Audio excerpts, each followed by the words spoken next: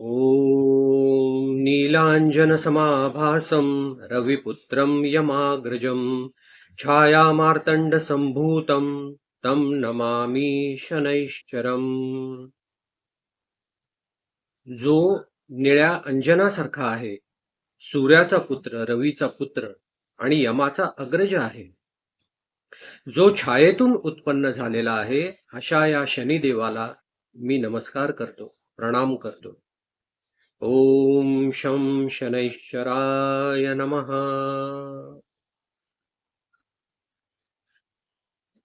आपल्या नवग्रह स्तोत्रामध्ये हा श्लोक येतो आणि हा सगळ्यात जास्त प्रचलित आहे, सगळ्यात जास्त वापरला जातो शनिदेवासाठी।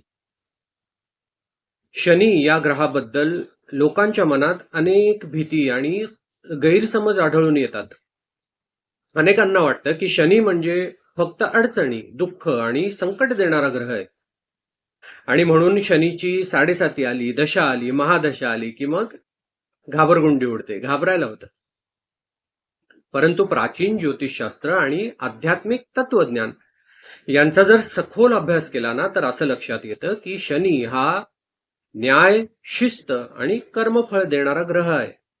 तो आपल्याला जबाबदारी शिकवतो, शिक्षा देत नाही। परंतु जबाबदारीच आपल्याला नको असते, म्हणून आपल्याला त्याची भीती वाटत राहते। तर शनी आपल्याला कुठल्याही प्रकारची शिक्षा देत नाही, तर तो आपल्याला न्याय, सत्य आणि जबाबदारी शिकवण्यासाठी कार्य करत असतो।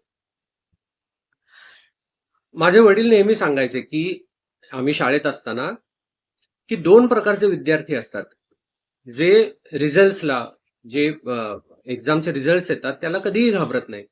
कुठले? तर एक म्हणजे ज्याचा संपूर्ण अभ्यास झालाय तो, आणि दुसरा म्हणजे ज्यांनी काहीच अभ्यास केलेला नाही तो। हे दोघंही बिनधास्त असतात, त्यांना काही फरक पडत नाही रिझल्ट कधी आहे, काय आहे, कसा लागेल याचा ते विचारही करत नाही। ज्यांनी अर्धवट अभ्यास केलेला असतो ना, तो सगळ्यात जास्त घाबरत असतो। तसंच ज्यांनी ज्योतिषाचा व्यवस्थित अभ्यास केलेला आहे, संपूर्ण सखोल माहिती घेतलेली आहे, त्यांना कुठल्याही ग्रहाची कधीच भीती वाटत नाही। आणि दुसरे म्हणजे जे ज्योतिषशास्त्र मानतच नाहीत, त्यांचा विश्वासच नसतो, ते कधीही घाबरत नाहीत। घाबरतं कोण? तर ज्यांना अर्धवट माहिती असते, ती लोक सगळ्यात जास्त घाबरत असतात। अज्ञान हे सगळ्यात जास्त घातक असतं आणि तेच कारणीभूत असतं। तर आज या व्हिडिओच्या माध्यमातून आपण पुन्हा एकदा शनीबद्दल असलेले काही गैरसमज दूर करण्याचा प्रयत्न करू, प्रामाणिकपणे प्रयत्न करू। ज्योतिषशास्त्रात शनीला कर्माचा फळ देणारा ग्रह असं म्हटलंय, म्हणजेच कर्मफलदाता किंवा न्यायाधीश असं म्हटलंय।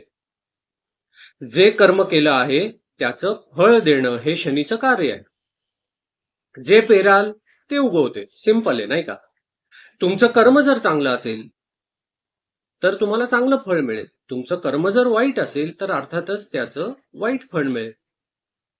मग त्याच्यात शनीची काय चूक? कर्म तर आपण स्वतःच आपल्या हाताने करत असतो नाही का? प्रत्येक माणूस हा आपल्या पूर्वजन्मींचे कर्म घेऊन जन्माला येतो। योग्य वेळ आली की त्याला त्याचे परिणाम भोगावे लागतात। योग्य वेळ म्हणजे काय? तर 7.5 दशा, महादशा, अंतर्दशा।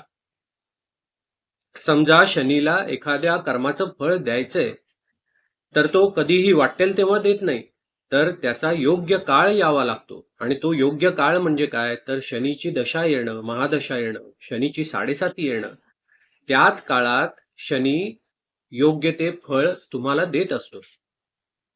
शनी हा अन्याय करणारा ग्रह नाहीये, तर तो न्याय करणारा ग्रह आहे, हे तुम्ही लक्षात घ्या। आपल्या कुंडलीतली आपली जी जन्मकुंडली असते ना, त्याच्यातून आपल्याला शनीची पोझिशन समजते आणि ती पोझिशन बघून मग आपल्याला समजतं की आपल्याला कोणतं कर्म करायचंय आणि कोणत्या काळात कोणतं कर्म करायचंय।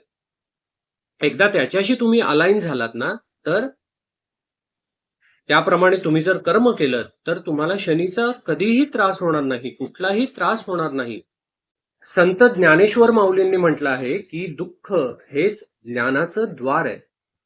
आपल्या जीवनात आलेल्या अनेक अडचणी, अनेक दुःख हेच आपल्याला अधिक समजूतदार बनवतात, जबाबदारी घ्यायला शिकवतात, धैर्य आणि आपल्याला मॅच्युरिटी देतात.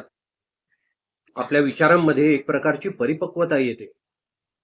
तर शनीच्या प्रभावात आपल्याला कोणते कोणते धडे पाहायला मिळतात, काय काय आपल्याला शिकायला मिळतं, तर संयम आणि धैर्य, कठोर परिश्रम, आपल्या जबाबदारींची जाणीव, अहंकाराचा त्याग आणि वास्तवाची जाणीव.